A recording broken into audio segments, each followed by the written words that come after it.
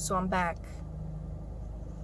It is the 18th of July, and I have an appointment with Dr. Benosa, my plastic surgeon, for a sort of pre-op, like what, I got a list of questions here I'm gonna need you to answer.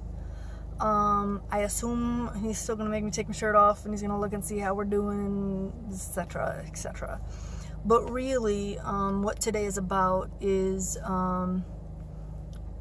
me kind of finding out, what does this surgery mean, what is about to happen.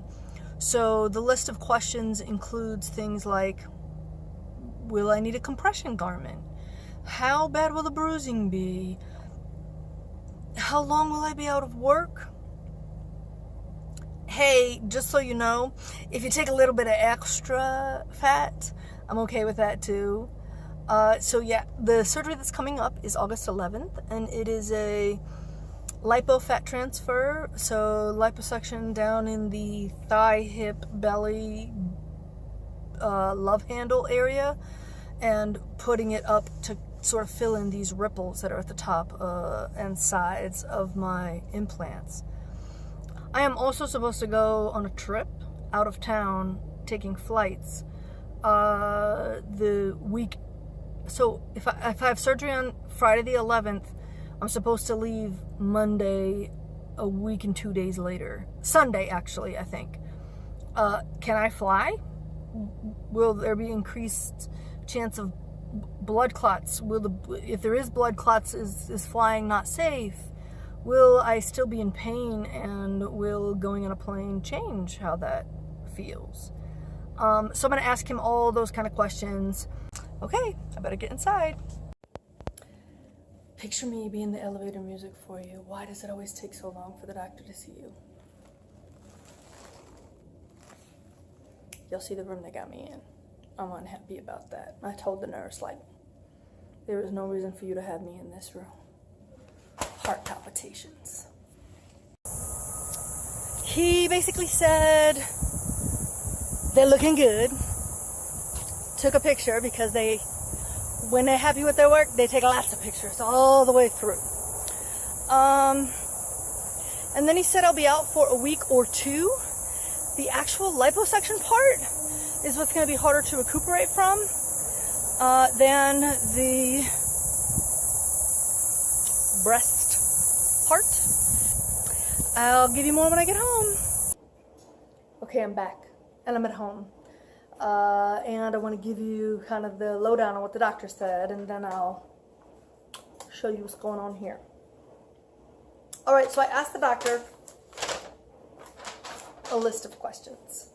One of the first things that I asked him was, hey, as we've talked about from the very beginning, this boob is like implant boob, really pinned in on the side here, sits really round and on the front of my chest. This boob feels more like a normal, you know, what God gives us.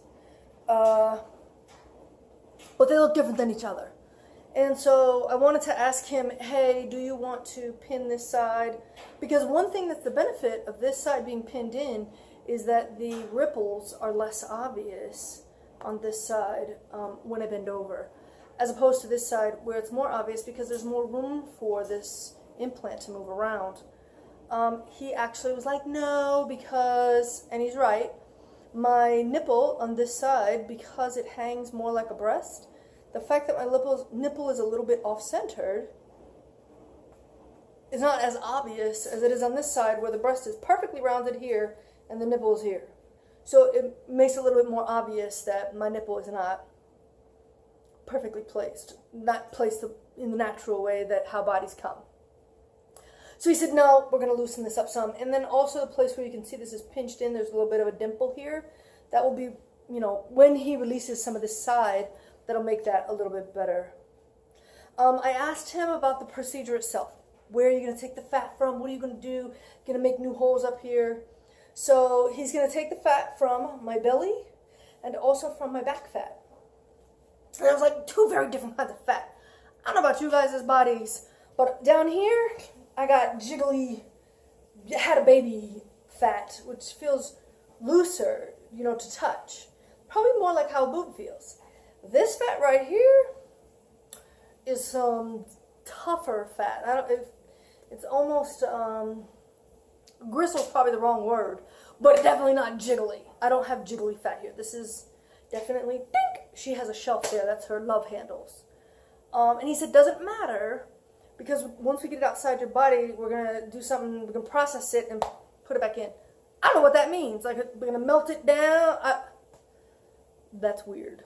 The next question was, are you going to, you know, stick in the thing? How are you going to? And he said, no, we're going to use a needle.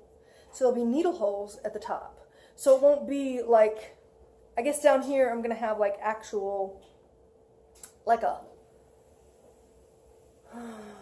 well, a cannula is bigger than a McDonald's straw. So it's really going to mess up my skin in that spot. I don't know if there'll be one stitch or if they'll just like glue me shut, but there'll absolutely be a scar. Up here, supposedly needle holes. So he's going to go in from up here and maybe fill some in on the side as well. In particular on this side that has that dimple, he said he was going to work on that. So that's sort of how that's going to work. I asked him about a compression garment, and he said no compression. I don't want you wearing a sports bra. I don't want you to hold on that tight, because I need that fat to take hold. And I'm guessing that's because on the back side of the fat will be the plastic of the implant, right? So slickery. And on the top side of the fat is my skin, but as you know, my skin has already just got that web of capillaries and new blood vessels that it made when I had my tissue expander. So the blood supply is really the most important thing, and so he wanted to be sure no compression garment on the top. He said there will be a compression garment around where they do the liposuction, and it's going to be like wrapped around my body. And he said you have to keep that on, and you'll be wearing that for a little while, and you don't take that off until you switch into Spanx, and then you'll be wearing those for a while. So I don't know what a while means, and I'm sure there'll be post-op appointments to get that part figured out. So compression garment, yes, but not on the boobs, just on the places where they do the liposuction from. And it seems like there's not going to be anything coming off my thighs. It's just belly and, oh, love handles. I did ask him, well, hey, while you're in there, don't know if you noticed, a little bit thick. Could you maybe take some extra? Like, just, I want you to know, before I get on the table, you have my permission. Go ahead and be flagrant with the cannula while you're pulling out the fat. You can do extra lipo and put less in here. That's not going to upset me. He did not say yes to that. What he did say was, there's an IRB coming up that maybe if you could participate in, depending on when your surgery is. I don't know when the IRB will come out. I don't know what that means. An IRB is an institutional review board, and it's a way of doing research on people, on patients.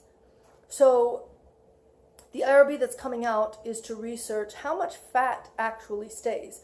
So if I put a pound of fat on each side, will she keep all of that? I don't know how he measures it in cc's. I don't know. Maybe, and then later I'll have to do a mammogram. I don't know. Somehow they put the fat in there and they want to know how much of it really stays and how much of it does your body just wash away and it was actually a waste. Some women I have seen on breastcancer.org message boards, some women have gone back for lipo 2 or 3 times because the lipo that they originally had didn't fully do the job. So if the IRB comes around in time, I'm guessing that's when he might actually decide to take a little extra. But I still wanted to let him know, not a small girl, wouldn't mind being smaller, feel free. So he of course laughed because by now he's used to me. Then I asked him about how much time off, and he said it'll be probably like 2 weeks. And it's actually not for the boob part. It's because the liposuction part, I guess, gets really bruised and sore. So I'm not going to enjoy that. So he said, minimum a week could be 2 weeks.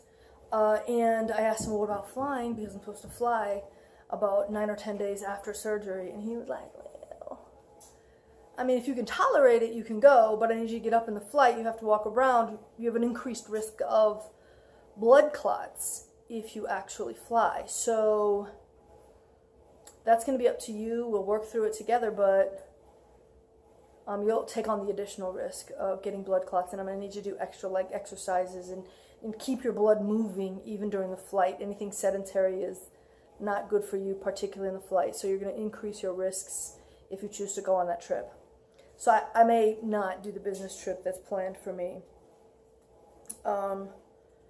In addition, he said, the pain, you may not realize, like, it's going to be more painful due to the liposuction than it is actually due to the breasts. So you may find that you're going to be in pain, you're not going to want to go. So we'll see what happens. I will continue to keep you guys informed. Surgery's not until August 11th, but I am going to do a what's it look like now. So let me go cover the nipples because YouTube. And then I'll be right back. Okay, so just kidding. I know I said I was going to do an update, and I will on the very next video. I'll post 2 videos back to back. I wanted to be able to separate what's it look like 1 year after a mastectomy from, hey, I'm prepping for my liposuction to fill my ripples surgery. So I decided to hold off, and I'll do that second video here in just a second. So if you want to watch that, I absolutely will be posting it in just a minute. But I also wanted to give you guys a quick update that I hadn't originally planned on, and that was insurance. I finally heard back from insurance, and the tit for tat and the tit for tat and back and forth and back and forth. They finally did pay for my surgery in January. So something I wanted to say to everyone that's going through this process is fight for what you know you're entitled to on your medical insurance. It is worth every single moment. So for me, what happened was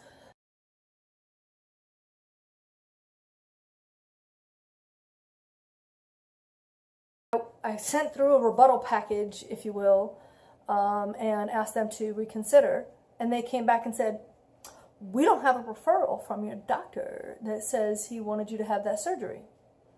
So I went and specifically took just that one piece of paper and gave them another letter and said, well, excuse me, definitely this piece of paper right here says my doctor wanted me to have the surgery, including reconstruction. And I actually put in quotes what I needed them to see. Please read the referral, please read what it says, and please cover my surgery. So it took going through the process of writing the letter, making copies of everything, actually sending it out, certified return receipt, getting back the rejection, going through the process a second time, and then lo and behold, not only did they cover me, they didn't even send me a second confirmation. I had to I had to call and be like, hey, you guys never sent me back anything that said you got my fax. So the second time I didn't send it certified return receipt, I sent it by fax. Never got anything that said they even received it. And they were like, oh yeah, they should receive payment soon enough. And I called the doctor's office and they had.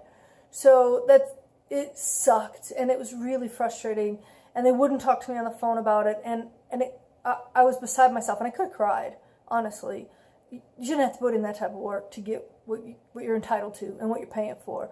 That's what health insurance is for. So I wanted to give you guys that update because that's some good news.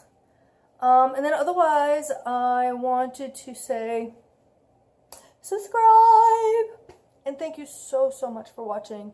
I cannot tell you how surprised I've been by how many of you watch and by how many supportive comments I get and how many great conversations we've had in the comments. So thank you for those of you who watch and who subscribe. I really do appreciate you. We'll see you next time. In fact, in like 5 minutes when I post that other video of what's it look like after a year. Bye.